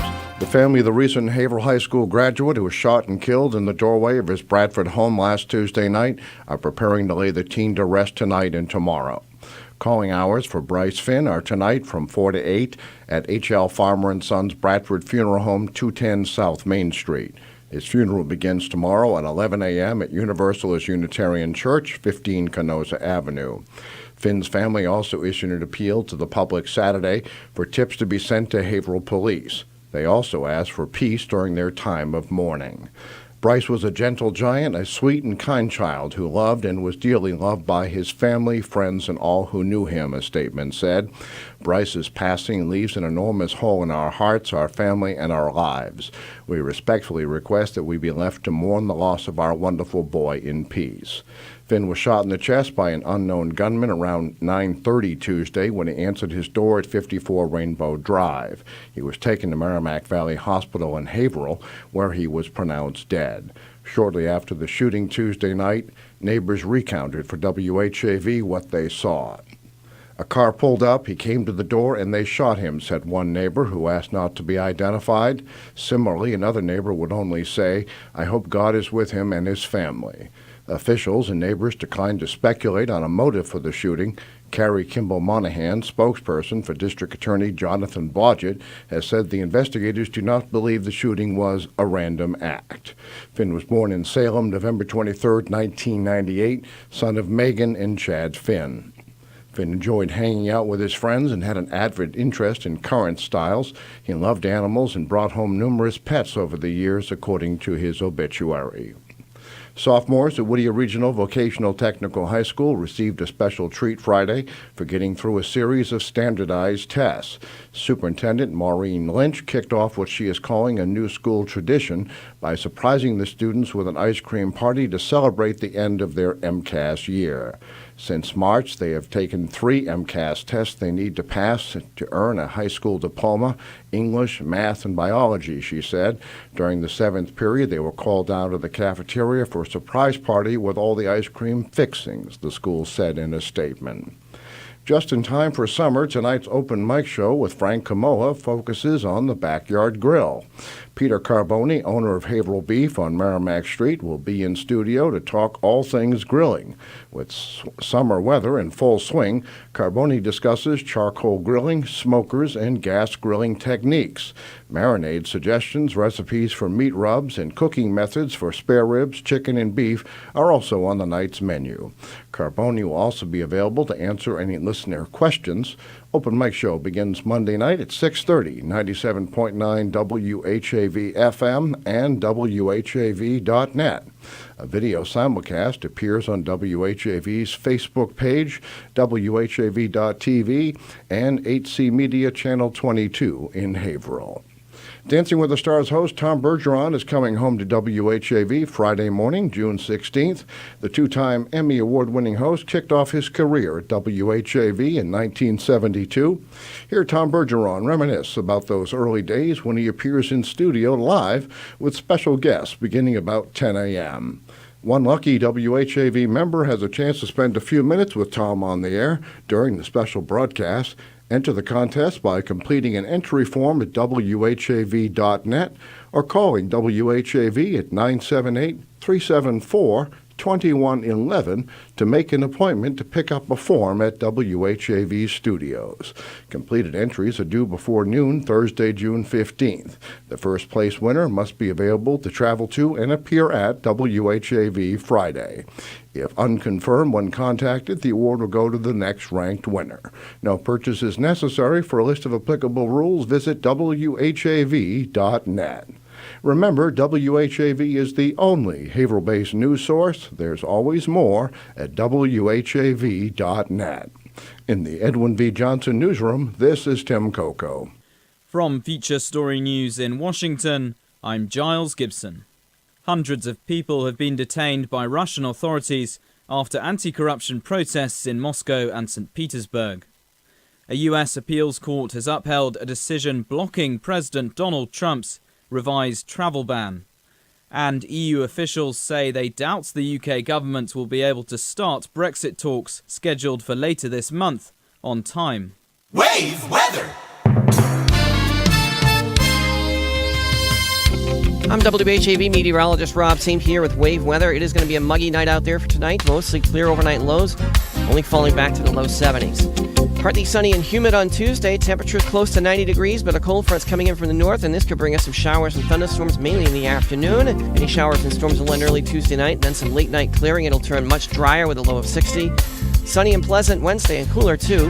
Highs in the low to mid 70s. It'll be sunny Thursday, 70 to 75. I'm WHAV meteorologist Rob St. Pierre. Your next wave weather in 30 minutes. For more in-depth coverage of the news, visit WHAV's website at WHAV.net. WHAV, Merrimack Valley, open mic. From the Edwin V. Johnson newsroom, WHAV presents the Open Mic Show with Frank Komola. Make your voice heard. Call 978-374-1900. That's 978-374-1900. Frank Komola. We are going to have Michael Cormier and director Miriam Sire on at 8:15. We did want to spend a few minutes talking with Paul White, who is the judge advocate for the Haverhill Veterans Council. As many of you know, the Vietnam Wall of Honor, a replica of the wall, is coming to Haverhill for several days, starting when, Paul? Starting this Wednesday. This Wednesday. And there are several things here with regard to this. First of all, when the display comes through the city, the Veterans Council and many of the citizens of the city are looking forward to having people come along the route and have American flags to wave as the display comes through the city. You are going to have the opportunity to visit the wall 24 hours a day for the days that it is here in the city. It is, I think, only one of 2 cities in New England that will have the opportunity to see this. Correct. And it is the 50th anniversary of the Vietnam War. So I wanted to give Paul a few minutes to talk about it and to give us the dates, when it's going to arrive. It's a great honor, I think, to the city of Haverhill to have the opportunity to display this. I think it's very, very important. Well, thank you. Well, first of all, Wednesday, June 14th is Flag Day. And that's when the wall is coming. So what we've arranged to do is at the Chelmsford Rest Stop on 495, we will have 100 veteran motorcyclists accompany the wall to its location at Haverhill High School track behind the high school. Right. And they will be escorting it with the state police, and they're calling it kickstands up at 10:30. They're going to arrive at around 11 o'clock, and we're going to line Monument Road leading to the high school with American flags. So if you don't have an American flag and you want to attend, just pick up one of the flags that we have lined up all the way down the street. And at that point, afterwards, it's going to take about 4 hours to actually assemble the wall. It's going to arrive around 11 o'clock. Yep. And that's one of the big events, is watching all the motorcycles and everything else come through. Without a doubt. And then after we assemble it, we're going to have a short presentation around 7 p.m., a small dedication. Then it's going to be open to the public after 7 p.m., but really it's going to be Thursday, Friday, Saturday, and Sunday that we actually will be having things going on. Thursday and Friday are open. Anyone can come in. The big event is going to be on Saturday at 10:30, where Major General Elwood from the Pentagon, who is the representative for all Vietnam vets, will be speaking. And he has been invited down by us, and he accepted. And after he leaves us, he's going to a Red Sox game. And we have the mayor speaking, the police chief, the fire chief, Nikki Songas, various different reps. And we try to get Black Hawk helicopters to come, but because of tall ships, there is a restriction airspace over Boston. Oh, yeah. So we couldn't get them. They just bowed out Thursday. We tried to get them. Oh, yeah. And so that's our big presentation. We have what they call Gold Star families, people who lost people in Vietnam. Right. And the MBTA has a special train that they're bringing down from North Station, and 30 families will be coming in to Haverhill, and they'll be accompanied to the wall. And do you know which day they'll be coming in? They'll be coming in on the Saturday to attend the ceremony. Right. And their train will be coming at around 9:30, and then their train will be leaving at 4:15. So they'll be there all day. That's fantastic. So we try to do a good job. Try to do a good job. Yes, you have done a good job. What was I going to ask you? I know that there have been appeals put out for volunteers. Yes. How has that gone? And if someone is interested in volunteering, are there still opportunities? And how would they go about making that happen?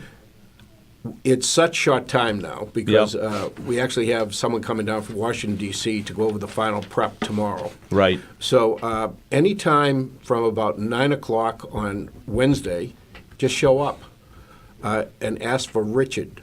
Richard is the head of the volunteers. Okay. We'll be assembling different things and putting all sorts of tents together and the staging together. And that's at the high school. And that's at the high school. And then we'll be assembling the wall. It's going to take approximately 12 to 22 people to put this together. Okay. So right now, because of all the rain, we have a possibility of doing it in front of the pool area. Yep. Or we're doing the last scouting mission tomorrow to see if we can actually do it in the grass. Not the wall's going to be on the grass. Right. The 52-foot truck that's coming. That's also an educational thing that you can walk through and tells you all about Vietnam. Right. And they have computers and they can locate people who are on the wall right there. It's pretty high tech. I guess. So, and we have a guy coming down from Lee, New Hampshire that that gives free housing to Vietnam vets. What he does, he subsidizes housing for college students, and they pay for Vietnam vets to live free up in Lee. He has quite a big place up there. And we have all sorts of things. We have We also have counselors coming from the Lowell Vet Center Mm-hmm. in case anyone breaks down. Well, yeah, You I know, mean, it could happen. it's an emotional experience for an awful lot of people. Right. This is fantastic. I'm very much looking forward to this. I'm going to stop by the high school and see what I can do to help out, and I hope that any of you listeners out there that have, no matter how much time, a half hour, 45 minutes, it would really, really be appreciated to get this thing all set up, get the stands that have to be set up, the display itself. It's a beautiful thing. I've seen the actual monument down in Washington. This is really something you don't want to miss. So if you have the time, come on out on Wednesday. You said about 9 o'clock. Around 9 o'clock. It was here in 1994, and it was at the community college at that point. Right. That was the last time it was here. Yep. The closest one is in Bridgeport, Connecticut, right near New York City. Mhm. Other than that, it's not New England. Yeah. This particular Yep. wall. Come on out and see it. It's well worth the trip. We're going to take a break now. I want to thank Michael for coming on tonight to talk about this. Thank you very much. We'll be right back after this break. Open mic. Thank you. Frank Komola and the Open Mic will be right back. Get in on the action. Call 978-374-1900. If you're enjoying this program, call and become a 97.9 WHAV FM member right now, or visit WHAV.net. Your membership helps keep vital community services on the air. 97.9 WHAV. If you're looking not only to make money, but also to make a difference, 97.9 WHAV wants you. WHAV, the only Haverhill-based news source, seeks enthusiastic, creative, and disciplined on-air underwriting and web advertising representatives. Account executives are responsible for developing and supporting WHAV's radio, digital, and non-traditional sales and development strategy. Prior sales experience is desired, but some training will be provided. Receive a generous and above-average commission rate and opportunities for growth. To apply, visit WHAV.net and click Contact and scroll down to Jobs. Otherwise, call 978-374-2111, extension 111. That's 978-374-2111, extension 111. Make money and make a difference at 97.9 WHAV. Community Spotlight. Elder Services of the Merrimack Valley is looking for residents to volunteer their time and talent to support elders in a variety of ways. Volunteers get to choose from 9 areas of interest and can give as little as an hour a week of your time to help in such programs, as a friend in need or as a medical advocate. Most programs require a Corey check for potential volunteers. For more information, email programs at esmv.org or call 978-946-3128. Someone you know is on WHAV. To submit or read your own nonprofit announcements, click on the Contact tab at WHAV.net or email news@WHAV.net. In the Edwin V. Johnson Newsroom, this is Mark LeMay.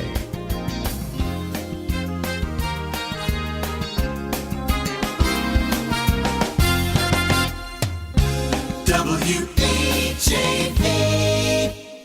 Open mic. From the Edwin V. Johnson Newsroom, WHAV presents the Open Mic Show with Frank Komola. Make your voice heard. Call 978-374-1900. That's 978-374-1900. In the studio now with me on the Open Mic program, I have Michael Cormier, and I practiced that like 4 times before we came on the air, and wouldn't you know. And also director Miriam Sear in studio to discuss Michael's first play. Yes, first play. First play, Saltonstall's Trial. And he will be presenting a talk on Haverhill's involvement in the 1692 Salem witch trials. And he'll have a reading from the play on June 27th at the Buttonwoods Museum, 240 Water Street. That's right. Right. So tell me a little bit about how this all came together. Well, it goes back a long way. I could tell you all night about this, but I'll give you the short version. I've always been interested in the Salem witch trials. It's Right. just sort of an amateur historian of it, Yeah. I'd say. I've been studying it all my life, but I kept running across this one particular name wherever I was reading about the trials, and that was, his name was Nathaniel Saltonstall. Right. And we all know the name Saltonstall around here. Oh, It's without a everywhere in doubt. Haverhill. Yeah, it is. So the one thing that kept being repeated about him was that his claim to fame in the 1692 witch trials was that he was the only judge on the witch trial panel, and there were 7 or 8 judges, who quit after the first trial in disgust and refused to continue with them because he didn't like the way they were being conducted. Yeah. So he had the courage to stand up and do that at the time. And one thing I knew was that during that period of time, which would be June of 1692, that's when the witch trials were, the hysteria, I should say, was in full bloom. Right. And anybody who stood up against the witch trials was liable to be accused themselves. So what he did was quite a courageous act for the time. And I always wondered what made this man do this, what kind of a man would do this. He was an aristocrat. Right. He was from a family that hailed back knighthood back in England, and well-to-do, great job, Harvard education. He had everything going for him, but he had the guts to stand up and say, "I'm not going to continue with this." Yeah, and because you see things like that, it's so few and far between, you get really, I think, interested in knowing more about the individual. And that's kind of what spurred you. Exactly. And Yep. some of the best stories, I think, are about, I'm talking about true stories, Yep. are about people who you never would hear of in the newspapers. People who might be just a one line in a history book, as Nathaniel Saltonstall typically is, other than around Haverhill, where you find him in the books here. So I find that a lot of the best stories are about people who you've never heard of doing extraordinary things. Stepping up. Right. Yeah. And that's what the story was about. I always said that I wanted to do a story about Nathaniel, and I ran into a friend last summer by the name of Linda Greenstein, who writes for the Boston Globe, and she said, "Well, you know what? If you want to do that, I might be able to introduce you to some people who might be interested in the same thing." Next thing I know, the thing was rolling. I wrote a first draft, and the interest started developing. Sure. And here we are. Here I am with Miriam Sayre, who's going to direct the play next year. So Linda's the connection between the two of us, and we, myself and my colleagues, Patricia Jameson and Catherine Stramer and Linda, we have this little company in Hamilton, Massachusetts, called the Black Box Lab, that's part of something called Stage 284 that we started. And we did this Black Box Lab because we really want to develop and plays that are really meaningful. So last year we had, there's a journalist called Jack Beatty who's on an NPR show called On Point, and he wrote a play on 3 meetings between Hitler and Chamberlain, and very apropos for what's happening right now in the world. And it's amazing because it's surprising how the parallels are uncanny with what's happening in our country right now today in many respects. And so we were looking for something of significance and equal heft and equal interest. And so Linda suggested this. And we were over the moon excited, especially that my husband's related to the Saltonstalls. So I was all excited about that. Yeah, absolutely. And so I read Michael's draft, and he's really good. He is extremely talented, and he had a real moral conundrum, and that's the mark of great drama. Yeah. And here is a man who has to stake his reputation against what he believes, and he knows that if he stands for what he believes, it might destroy him as a man. Yeah, I mean, you're not taking, in that day and age, you're not taking a popular position when you basically dissent from what's taking place in front of you. It takes of moral courage, and some real soul searching, because you really kind of, if ever you're going out on a limb, you're going out on a limb in a situation like that, without a doubt. And what happens is, obviously, the very famous play by Arthur Miller called The Crucible is about this young bunch of girls and how the hysteria started to build, but we never really, and we're introduced in his play to the judges, but obviously they're very rigid individuals who take the Bible and the law, and fear is what fuels all these decisions around this mass hysteria, and to have a counterpoint to that through this play, which is telling it from the judge's perspective and from an upright individual.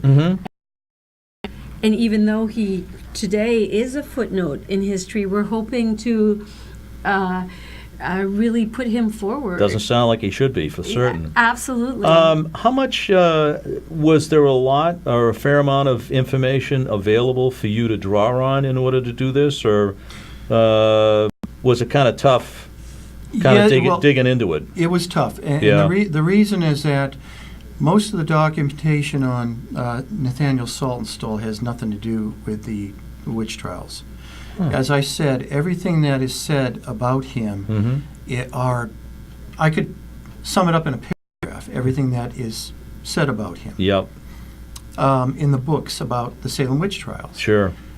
But Nathaniel Saltonstall at the time was quite a significant figure in Haverhill. Right. And he was also related to John Wood, the first pastor of the meeting house in Haverhill, one of its founders from back in 1640-41. So Nathaniel, there's a lot of him in records having to do with legal things. Right. As a magistrate. He served as Haverhill's town clerk. The town clerk had a lot of different duties than they do today. Sure. One of which was to serve as a magistrate and hear sort of small claims and what would be heard in a district court today. And there was a superior court, but he was on this Haverhill's version of the smaller court. But he was known as a very, very just man, an even-handed man, and which is why he was called upon, because he had such a stellar reputation. Sure. To have him come and be a judge on these trials would bring great credibility to the trials themselves. And so the fact that he decided to stand against them, and that it was buried and covered by history, speaks to how powerful he actually was. Right. And his life. It did to a certain extent.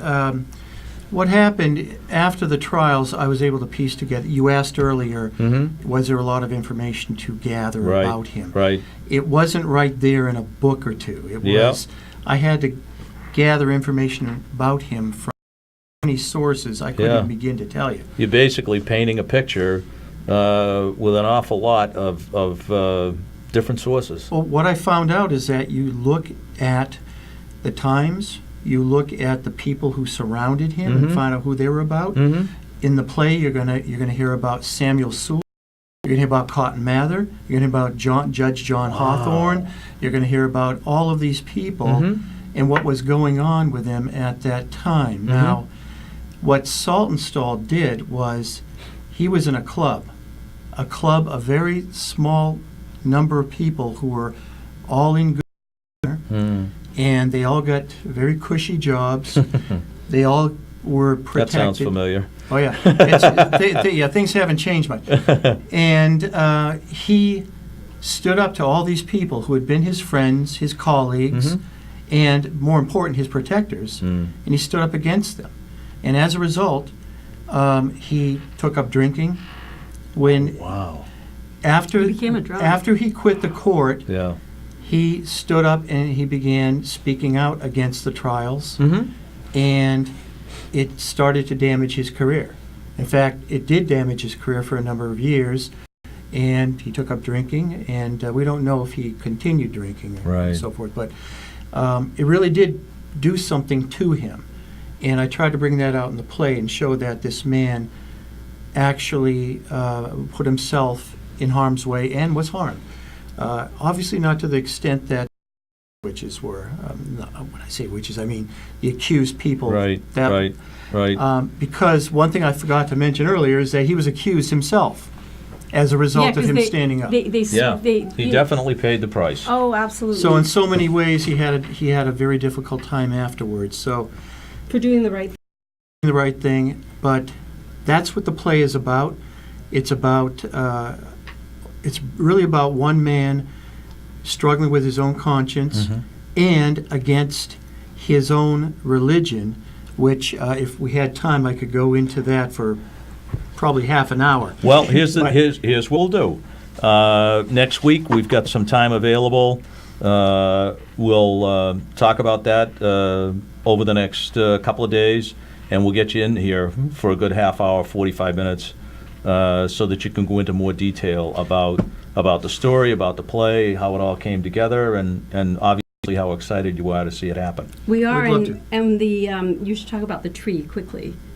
Oh, I just want to mention that on June 27th, there's going to be a presentation by me at the Buttonwoods Museum at their annual meeting. It's turning out to be a really nice event. And one of the things that's going to go on after my presentation, by the way, there's going to be the very first reading of one of the scenes from the play. That's right. Which has to do with, it takes place under the worshiping tree, the worshiping oak. Yeah. Which is the tree that recently fell down after about 400 years, standing in Saltonstall's front yard. So we were going to do the reading under the tree, but since it's fell, we're going to do it in the museum. So there's going to be a few words said about the tree, and then we're going to do the scene.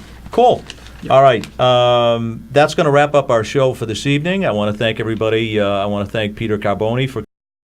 I enjoyed the time that we spent talking about the Vietnam War Memorial, and we're going to have the both of you back next week to talk more about Saltonstall, about your presentation, and this should be a good time.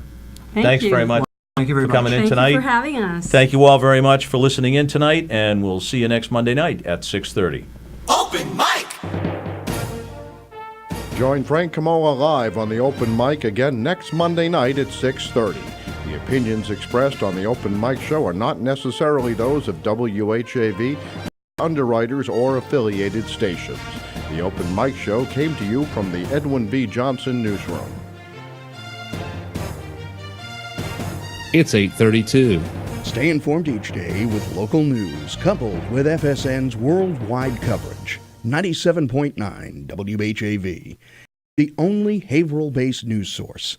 There's always more at WHAV.net. Catch the wave! Dancing with the Stars host Tom Bergeron is coming home to WHAV Friday morning, June 16th. The two-time Emmy Award-winning